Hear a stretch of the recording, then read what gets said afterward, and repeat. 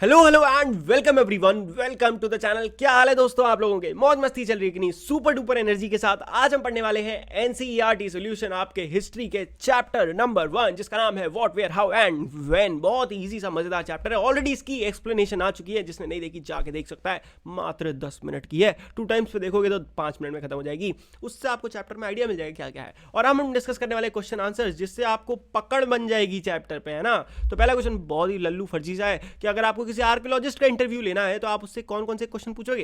भाई पहला तो ये बता दो आर्कियोलॉजी होता क्या है। दूसरा, इंपॉर्टेंस क्या है आर्कियोलॉजी की। तीसरा, आर्कियोलॉजिस्ट जो होते हैं डेटा को क्यों गैदर करते हैं। अगला, वेरियस टाइप्स ऑफ आर्कियोलॉजी कौन कौन सी होती है, चाहिए हमें खुद ना पता हो फिर भी पूछ लो। How archaeologist determine time period by of finding. किसी भी चीज़ जो आपने ढूंढी है उसका टाइम कैसे पता करते हैं कि वही कितनी साल पुरानी है। तो ये सारे प्रश्न आप पूछ सकते हैं। भाई अगला, मैच द फॉलोइंग करनी है। तो जो नर्मदा वैली है वहां पे सबसे पहले हंटिंग एंड गैदरिंग होती थी, वहां के लोग ऐसे थे। फिर मगध राज्य क्या था, ये फर्स्ट बिग किंगडम था।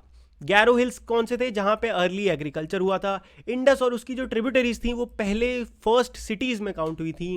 गंगा वैली, जहां पे 2500 ईयर्स अगो सिटीज डेवलप होने लग गई थी। देखा कितनी आसानी से ये क्वेश्चन हमने कर लिया। List 1 major difference between manuscript और इंस्क्रिप्शन के बीच में एक डिफरेंस बताना है। बहुत ईजी। ओह ज़्यादा बड़ा हो गया तो अब सही।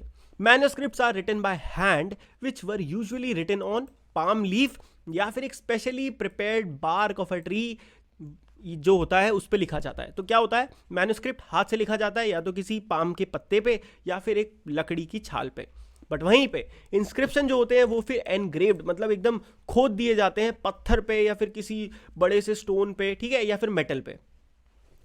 तो बहुत इजी हो गया। अगला question, return to Rashida's question, can you think of some answer to it. भाई राशिदा ने एक सवाल पूछा था। क्या था वो सवाल? How could anyone no what happened so many years ago. कि भाई सिंपल सी बात है, मुझे ये बताओ 100 साल पहले कोई जिंदा तो था नहीं, तो कैसे पता कि 100 साल पहले क्या हुआ था। तो इसका आंसर क्या है, we can know what happened so many years ago by reading books. भाई किताबें तो लिखी होंगी किसी ने, which were based upon findings by historians and archaeologists through past remains such as manuscript, inscription, tool, weapon, bone, हड्डियाँ शड्डियाँ, ये जो भी सारी चीज़ें मिली है ना, इनसे आप लोगों ने किताबें लिखी, उन्हें आप पढ़ के अपनी हिस्ट्री को जान सकते हो। शाबाश, वेरी गुड, चक दे फटे। आगे बढ़ते हैं।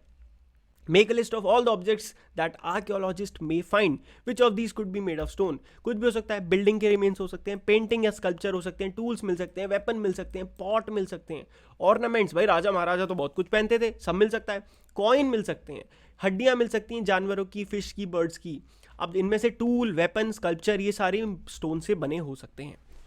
Next question. Why do you think ordinary men and women did not generally keep records of what they did? भाई हम लोग, आप लोग, क्या आपने कल क्या करा था इसका रिकॉर्ड रखते हो? नहीं रखते हो। राजा महाराजा क्यों रखते थे?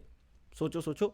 The ordinary man and women did not generally keep records of what they did because they were not doing any notable work. क्योंकि सिंपल सी बात है, हम कुछ ऐसा कर ही नहीं रहे जो बहुत ज़रूरी हो, है ना, जो बहुत आपको लगता हो कि भाई इंपॉर्टेंट है। जैसे आज के टाइम पे साइंटिस्ट हैं, साइंटिस्ट भाई जो भी रिसर्च करते हैं वो उसका पेटेंट कराते हैं, उसको पब्लिश कराते हैं, किताबें छपवाते हैं। क्यों? क्योंकि वो कुछ ऐसी चीज़ है जो दुनिया के काम आ सकती है। अब आपने आज ब्रश करा, नहाए धोए, वो भी पता नहीं किया कि नहीं, सुबह से लेटे पड़े हो, सो रहे हो, मूवी देख रहे हो, तो इसमें क्या ही किसी की मदद हो जाएगी ना। इसीलिए हम नहीं लिखते थे, इसीलिए पहले के लोग भी नहीं लिखते थे, क्योंकि वो क्या करते थे, खेती करते थे, घूमने चले जाते थे, मस्ती करते थे, तो उसमें क्या लिखना। समझ गया? they are living their ordinary lives also, they did not know about reading and writing। उन्हें तो ये भी नहीं पता था क्या पढ़ना है लिखना है। यार जियो मस्त, गन्ने खाओ, आगे बढ़ो। Describe at least 2 ways in which you think the lives of king would have been different from those of farmer। ये तो अब बच्चा बच्चा बता देगा। एक राजा की जिंदगी एक आम आदमी से कैसे लगती। भाई farmer had to work in their field while king duty was to protect its citizen। ये दोनों की डिफरेंस अलग था। Kings fought battles and kept records of their victories, while farmers led their ordinary life and did not keep any record।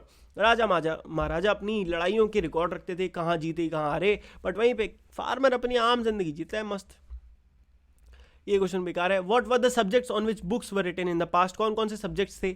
Books which are in the past dealt with all kind of subjects such as religious belief, practices, king की जिंदगियों के ऊपर, medicine के ऊपर, science के ऊपर, also epic. Epic क्या होता है?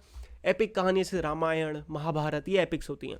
पोएम, प्ले, ये सारी चीज़ों के ऊपर किताबें लिखी गई हैं। और इसी के साथ पूरा चैप्टर अपन का हो गया है समाप्त। वीडियो अच्छी लगी हो तो फटाक से कर दो वीडियो को लाइक, और अभी तक जिसने नहीं करा है चैनल को कर दो सब्सक्राइब। शाबाश, बहुत बढ़िया। तो चलो मिलते हैं नेक्स्ट वीडियो में, तब तक के लिए गुड बाय, टेक केयर जी, मौज मस्ती करते रहिए।